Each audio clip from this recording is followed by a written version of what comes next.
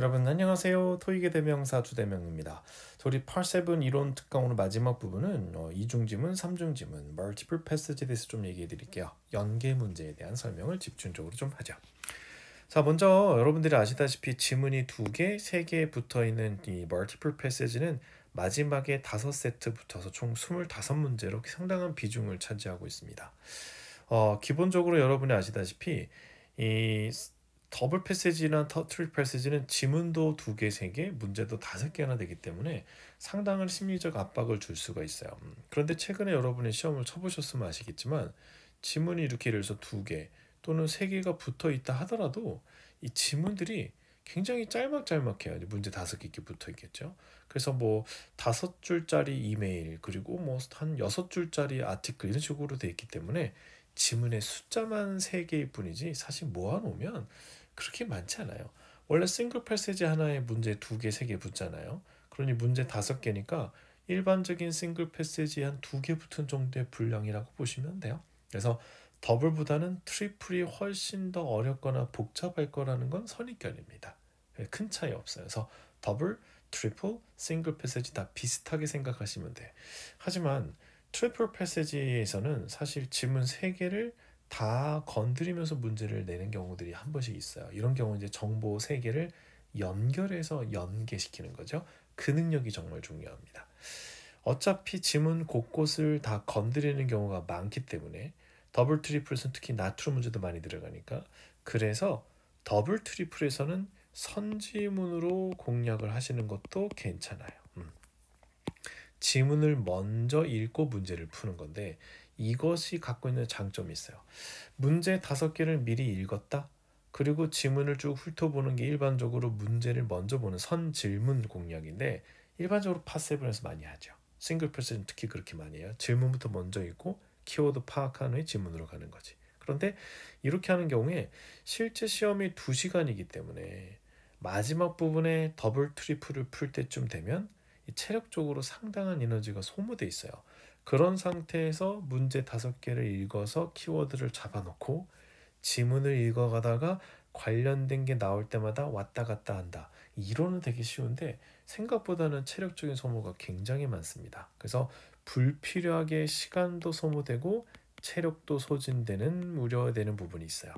그래서 시간과 체력을 소진을 최소화시키면서 최대한 빨리 정답을 찾아 나가야 되기 때문에 더블 트리플에는 이 방법이 그닥 좋지가 않아요.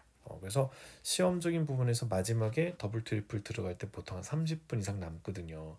근데 이때 너무 시간, 체력을 소모시키는 방법으로는 끝까지 버티기 힘들어요. 그래서 가끔은 30분 이상이 남았는데도 불구하고 마지막에 시간에 쫓기는 이런 상황이 생길 수가 있어요.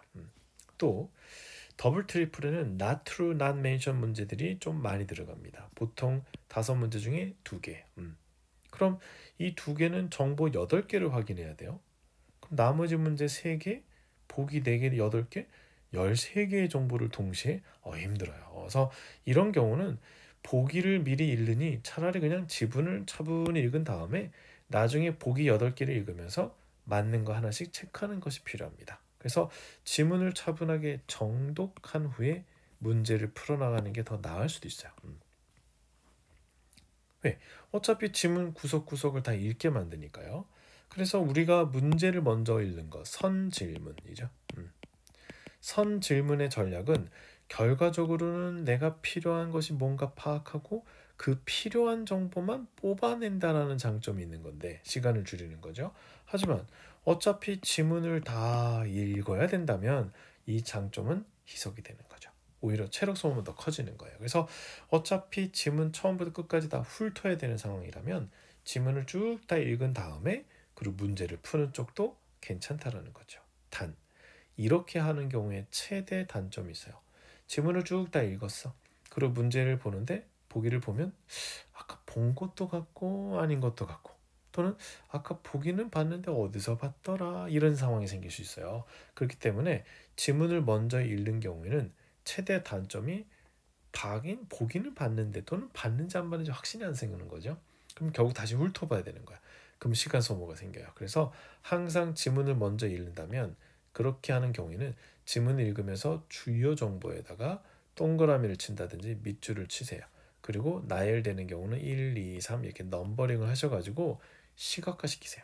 그리고 이쪽에서도 비슷한 정보가 나오면 연결해서 링크를 걸어 놓으세요. 이런 시각화시키는 것을 해주셔야만 선지문으로 공략했을 때 나중에 생기는 단점을 예방할 수가 있어요. 그래서 선지문으로 공략을 하는 경우 시간 체력을 상당 부분 세이브할 수 있다는 장점은 있습니다. 하지만 대신 문제를 풀 때 바로 OX 판단이 서야 되는데 그게 안 서면 오히려 다시 지문을 훑어봐야 된단 말이에요. 그러니 지문을 다시 훑어보더라도 지문을 쓱 봤을 때 주요 정보가 눈에 쏙쏙 들어오게 동그라미, 밑줄, 넘버링을 꼭 해서 시각화시켜 주세요. 그래서 눈에 정보가 잘 들어오게 해주는 거죠. 그래서 이 시각화 작업을 같이 해주셔야 됩니다. 그래야만 체력 소모, 시간적인 낭비를 줄일 수 있어요. 자, 두 번째, 더블 트리플에서 양쪽 지문에 공통적으로 중복되는 정보가 있어요. 이쪽에서도 언급했는데 저기서도 언급하는 거죠. 이게 출제 타겟이 됩니다. 중복되는 정보를 주목하세요. 예를 들어서 지문에 회원 가입에 대한 등급이나 안내, 비용이 나와요. 그래서 골드 멤버가 있고 실버 멤버가 있고 브론즈 멤버가 있고 이렇게 돼 있어요. 그러고 나서 각각의 혜택들이 쭉 있는 거죠. 그런데 두 번째 질문에서는 철수가 이번에 가입을 하는 거예요. 그런데 비용이 얼마고 받을 수 있는 혜택이 뭐다 이렇게 언급이 됩니다. 그리고 물어봐요. 철수가 이번에 어떤 등급에 가입했니? 라고 물어봅니다. 그럼 결국 이 사람이 낸 돈이나 받을 수 있는 혜택을 보고 위에 표에서 이 사람이 골드 멤버인지 실버 멤버인지 매칭시키는 작업인 거죠. 이걸 물어봐요. 또는 철수가 이번에 실버 멤버에 가입했다 라고 해놓고 나서 철수가 받을 수 있는 혜택, 보통 영어로는 benefit이라고 합니다. 철수가 받을 수 있는 혜택인 것은 또는 혜택이 아닌 것은 이렇게 물어보는 이런 질문들도 좋아하는데 같은 거예요. 일단 이 사람이 어느 등급에 가입했는지부터 찾아내야 되기 때문에 그 각각의 등급의 혜택과 비용을 통해서 매칭시키는 작업을 먼저 하셔야 돼요. 두 번째, 행사 일정이나 여행 일정이 나옵니다. 그리고 나서 일정이 바뀌는 부분에 대한 걸 물어봐요. 그러고 나서 언제 하느냐라고 물을 때 저번 시간 말씀드린 것처럼 반드시 변경된 일정을 기준으로 해서 답을 하셔야 됩니다. 그래서 바뀐 부분, 바뀐 일정을 기준으로 하셔야 돼요. 세 번째, 구인 광고를 주고 밑에는 지원서가 같이 붙어져요. 그리고 나서 지원자가 떨어진다면 왜 떨어질까요?를 묻는 건데 보통은 경력, experience라고 그러죠. 그래서 prior experience, 경력 부분에서 문제가 되는 경우가 많습니다. 그래서 prior experience. 그래서 이전의 경력을 2년을 요구하는데 얘가 2년이 안 된다. 이런 문제 때문에 떨어지게 되는 부분이에요. 그래서 이런 부분으로 가시면 되겠어요. 그래서 결국 여기 빠진 부분을 찾는 부분에는 경력이 아니라 여기 결국은 requirement에서 부족한 부분이 뭐냐 이걸 물어보는데 대부분 빠지는 부분, 부족한 부분은 보통 경력이 모자란다. 이렇게 정리하시면 됩니다. 그래서 결국 requirement 중에 빠진 부분이 뭐예요? 물어보는데 보통은 prior experience, 사전 경력이 모자라는 경우 그쪽을 많이 출제해요. 특히 제품 광고하고 제품 후기가 같이 세팅이 되는 경우에는 제품 후기에서 언급을 해요. 이 제품은 너무 가벼운 것 같아요. 또는 기능이 너무 다양한 것 같다. 이런 걸 해요. 제품 후기에서 언급하지 않은 특징이 뭐냐 이런 거 물어보는데 굉장히 피곤해요. 하나하나 매칭해야 되는데 그 매칭하는 과정에 패러프레이징도 들어갑니다. 어휘에 대한 부분, 예를 들어서 이 제품은 매우 스트롱, 튼튼한 것 같다 라고 해놓고 나서 후기에서는 이 제품은 매우 듀러블한 것 같다 라고 하면 그걸 매칭시킬 수 있어야 돼요. 이런 정도입니다. 자, 특히 출제 포인트를 한번 보시면 더블 패세지 또는 트리플 패세지에서 두 개의 지문을 바탕으로 문제를 풀게 되는데요. 5문제 중에서 4문제는 사실 각각의 지문에 대해서 2문제씩 배치가 됩니다. 그래서 각 지문별로 2문제씩이에요. 그럼 이거는 그냥 따로따로 푸시면 돼요. 그죠? 그러니까 결국 5문제 중에서 그 한 문제가 양쪽 지문을 연계해서 문제를 풀게 됩니다. 이때 양쪽으로 연계되는 부분은 양쪽 지문에 중복적으로 언급하는 소재, 아까 얘기했듯이 중복되는 소재, 이쪽 저쪽 다 언급한 거 있어요. 그래서 중복되는 정보를 가지고 문제가 됩니다. 따라서 첫 번째 글을 읽고 난 후에 두 번째 글을 읽는데 다시 언급되는, 첫 번째에서도 언급된 부분이 두 번째도 언급이 된다. 예를 들면 첫 번째 질문에 신규 고객에 대해서는 10% 할인을 어쩌고저쩌고 얘기했는데 밑에서 철수에게 10% 할인을 제공하겠다. 여기서도 10%? 여기서도 10%? 그럼 묶어두는 거예요. 그걸 기준으로 철수가 신규 고객이구나 라는 걸 유추할 수 있기 때문이죠. 그런 부분들을 문제를 물어봐요. 그래서 반드시 중복되는 정보는 이 둘을 링크를 걸어놓으세요. 이 둘을 연결. 딱 시각적으로 잘 보이게 이 둘을 연결해 두세요. 왜? 어차피 이거 물어볼 거야. 이거 100% 출제할 거니까 기다리고 계시라는 얘기예요. 그래서 양쪽에 둘 다 언급이 되는 정보는 꼭 링크를 걸어놓고 그리고 기다리세요. 물어보면 안 그래도 물을 줄 알았어? 라는 느낌으로 처리해 주세요. 자, 또 하나의 출제 포인트. Part 7에서 A는 B다, B는 C다, 고로 A는 C다. 우리 이걸 3단 논법이라고 그러죠. 논리 전개에서 가장 기본이 되는 게 3단 논법이니까 이 3단 논법을 가지고 문제를 냅니다. 더 이상의 더 깊이 있는 어떤 논리 문제를 내지는 않아요. 그래서 결국 단일 지문에서도 이 부분을 출제할 수 있어요. 예를 들어서 이번 행사에 CEO가 오십니다 라고 해요. 그러고 나서 마이크가 이 회사의 CEO다 라고 합니다. 그러놓고 이번 행사에 누가 오냐? 분명 행사에 CEO가 온다 그랬으니까. 근데 보기에는 CEO가 없어. 근데 CEO가 누구냐면 마이크거든. 그럼 결국 이번 행사에는 마이크가 오는 거지.